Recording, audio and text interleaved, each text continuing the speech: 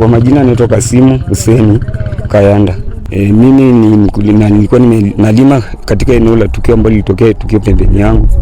Kwa hiyo niliona watu wakiwa wamejikusanya, nikatokea wakaniambia kuna watu wamefariki hapa njiani. Kwa hiyo nikaja nikaona kweli hali ya kufunikwa imechomwa na vitu kama vyenye ncha kali. Kwa makisio nikiangalia labda ni kama mtu mwenye miaka 26 kati ya 26, 25 au 30. Inaonekana imefanyika barabarani kaburuzwa kupelekwa porini. Kwa sababu miburuzo ipo ambayo inaonekana. Kwa hiyo inaonekana ilifanyika barabarani wakaburuza ile mili kuingiza porini. Hapana, hakuna anayefahamika hata mmoja kati ya wawili. Kwa usoni haswa wakati askari wamefungwa ndio niliona usoni, lakini hapo mwanzo mwingine alikuwa kiuno kiko wazi na usoni mwingine alikuwa uko wazi, lakini mwingine alikuwa amefunikwa uso.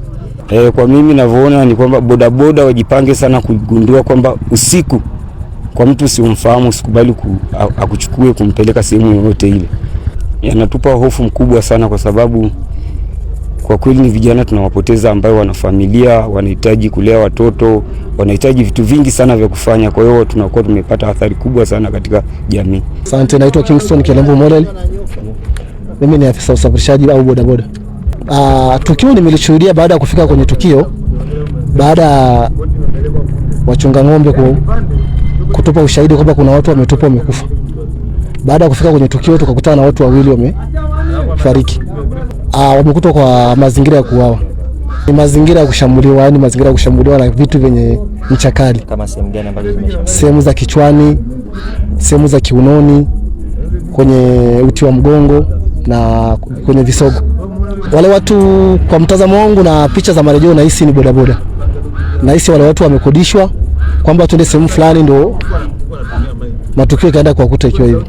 Wito wangu ni kwanza kipaumbele ni kuomba bodaboda wawe makini warizike na wanachokipata. Kingine ni waombe patrol ya polisi, yani polisi wao wanatembea masaa labda usiku saa 5 za usiku, saa 6. Kwa yani wale maaskari wa doria. Ndio kitu ninachowaomba wakusaidia, lakini naomba sana bodaboda warizike na hali ya maisha. Kifika saa 12 basi wapumzike. Alichokupa Mwenyezi Mungu mchana kinatosha. Mimi naitwa Musa Abdi, nipo na kimbiza zangu hapa stendi. Kwenye majira ya saa 5 hivi saa 6 tulikuwa tumekaa hapa, katika harakati zetu. Kuna jamaa wawili wakawa wamepita, wakawa wametupa taarifa bana, hapo njia ya Malangi hapo kuna bodaboda, sio ni bodaboda wawili wakawa wameuawa. Tulikuwa wawili, kwa hiyo jaribuni kuwapa taarifa polisi pale. Ndio nikawa mwenzangu nilikuwa naye pale, nikamwambia nenda katoe taarifa. Ndio akachomoka akakimbia anaenda kutoa taarifa kule. Sasa gari ya askari wakati imezunguka, tukawa na mimi nilikuwa na pikipiki, tukatoka tukawa tunaelekea sio mbali, ni hapo nyuma tu kidogo kumaliza hii fence. Tumeenda pale kidogo, tukawa tumeacha ile njia ya sehemu ya tukio, tukawa tumefika pale mbele, tukawa tumeelekezana, tukawa tumekuja mpaka sasa eneo la tukio. Tukamkuta mama mmoja pale na baadhi ya watu wawili watatu, ndio tunaenda sasa kuangalia hilo tukio. Kutana huyu jamaa bodaboda, inaonekana walikuwa wawili, wamekodiwa siku. Na ile tukio inaonekana sio la muda mwingi uliopita, yani inawezekana kuanzia saa 10, saa 9 kuja saa 10 usiku alfajiri. Wameuawa wale vijana, mmoja kauawa kule, mwingine kauawa huku. Na inaonekana walikuwa ni bodaboda, maana mpaka hata makoti yao yametupwa kwenye vichaka. Huyu mwingine akawa kauawa, kichwa kimefunikwa, kalala vile.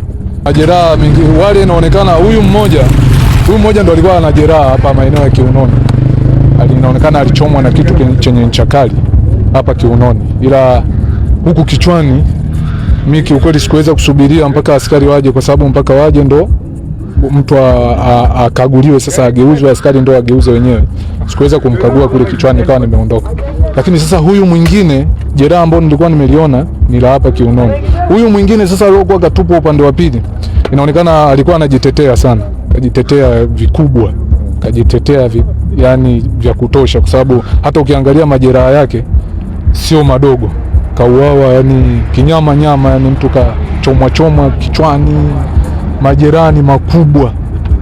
Kauawa akiwa anajitetea sana, maana kauawa kavurutwa kitu kama mita 10, sio kidogo. vuruto hapa na kule, wameenda wamemuingiza kichakani, ndio hivyo wakawa wamemuua.